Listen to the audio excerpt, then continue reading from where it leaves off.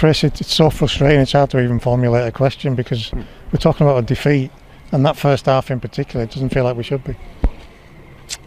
No, we were strong, scored a good goal, should have scored more goals. The players at half time were saying we're winning, and we've not even started to the levels we know we can get to. But that's the third game we've been leading, and we've got to stop. We've got to be more ruthless, more aggressive, to make sure we get what we need and want. Because the players play that well, they deserve that to be up in games, beating Salford, beating Tranmere, beating Oldham. They do. You can't question that. They deserve to be winning. But within that winning, the control to that, we need to emit more control. It's not really the football, it's more to do with decisions within that.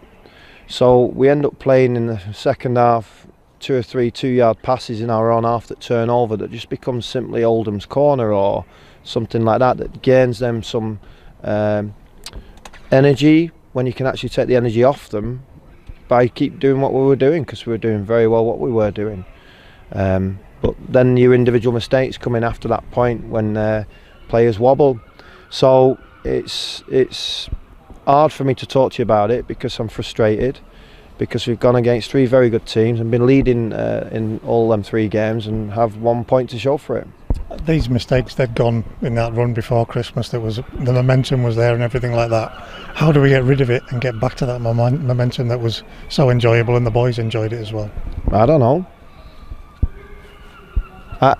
Ask him to play as well as that again, because they did, but they definitely have to understand control, and they definitely have to be more aggressive in that. And if they do that, it'll just rubber stamp what we are, and they'll get what they want. Simple as that, really. Similar conversation that we had on Tuesday night, isn't it? Because we were playing so well. You go into half time and you think, we're okay here. Yeah. It's not I nearly swore then. It's not a penalty, but we've got to stop the cross coming in. If a defender heads a ball and it hits his own arm after he's headed the ball, it's not a penalty. And Carl looked at it for 5 minutes and then decides to give one. I mean, it's not a penalty, but once that's happened, it shouldn't change the next things. But we'd already started to do the little things before that had happened anyway. But it didn't mean Oldham were on top of us, because they weren't. So I don't know. But I do know if we've got to be more aggressive to stop cross, we've got to be get tighter to players in and around shooting zones, and we've definitely got to mark players more strongly on a set play. And if them 3 things happen, we don't concede a goal today. No matter how well or how bad we've played, you don't concede because you're doing them things. And we were in a position of strength, playing very well, and we should be more ruthless to score more. But if you do them things I've just talked about, you don't concede goals. I know it's hard to answer this one, but is there an anxiety in there? Is it a mindset now? Are they nervous about situations all of a sudden? Maybe. I'm not. Don't think so. Obviously, everybody likes a well done, and everybody likes a little bit of love.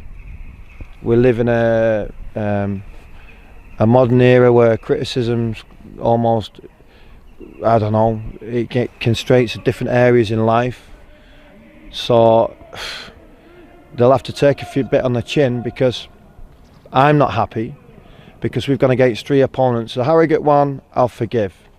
The horrific circumstances we've been put in, I don't think another club's been put in that position in all the clubs, with the games off, the COVID, etc. So I'll forgive the Harrogate one, and I'm very pleased that we've come out strong against Salford, Tranmere and Oldham. But we have to be more ruthless, taking them leads and progressing our opportunities. The frustrating thing here for us is we know, we've seen it, these boys are a good group, they're good footballers, they can dominate teams, and we've said at the end of games, they haven't had a look in. It's all about Carlisle United. It's just on the edge of that, isn't it? Yeah, I mean, and I'm not trying to be disrespectful to an opponent, but 3-1 Oldham, it doesn't represent that match. But they take great advantage. A centre half came on for them. It's obviously very miffed he's not starting, and shows aggression, shows a will to win a corner. He ain't the quickest, He spent a lot of time in non-league and he's had a good career. But he showed some simple, aggressive traits, and then manages the game at his pace, because he obviously wants to slow the game down to suit him, and that's what he did. And I see that from the side. My players should learn off that, learn off themselves and opponents. And if we show traits of aggression to a point that it don't have to be silly, it has to be controlled, and understand once you're in that point of prominence, like they became, Nicky, Piagiani, they could play slower, play at their pace, play the ref, play out time, and they then have total control. And it's a hard one because the arm wrestle, you're that far off the knockout, and we end up getting whammed. And we have to understand why it happened. But for me, it was because of a lack of aggression, changing slightly with what we were doing, and didn't tell them to, but what they did in the second half. And then we don't get what we want in the end after 94, 5 minutes. I know you hate conceding goals, and the one from the corner in particular, that'll rankle you because you pride yourself on the way the boys have dealt with that. Well, yeah, he's aggressive centre half, came on to want to win the header. You know, we've got obviously Morgan's injured, but I consider Aaron, Reese, Rod to be very, very, very good League 2 centre halves, stroke League 1. But they have to understand, all 3 stroke 4 of them with Morgan, is that we need to be aggressive. You're showing yet again with team selection, you've got faith in these boys, even though the result didn't go their way Tuesday, you stick with them because, again, it's just nearly there, that they're nearly producing it. It's easier to make changes when it's no good. The results are no good, but the performance isn't no good. But there comes a point where sometimes even doing the right things, you know, you might need to make that change, and it might be now. But I'll just digest everything, and I'll think about Colchester's strengths. I understand we've got 19 games left. I want to win a certain amount of them in my own head, but you're never going to win that amount unless you win the next one. And I will not panic. Key message is that, isn't it? Even though we're all frustrated, we're bound to criticise and what's going on, that type of thing.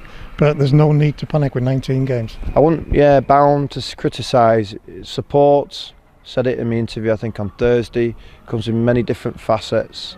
I think if you see players pulling out of tackles, lying on the floor, rolling around, not running hard, yeah, we're going to get things wrong.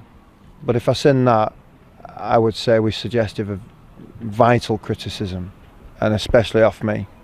But I've got to get the balance right between supporting, challenging, and making sure we get back to where we want to be. And that starts on Tuesday night. Colchester, another tough opponent on their own patch. 100%, yeah. Thanks for your time.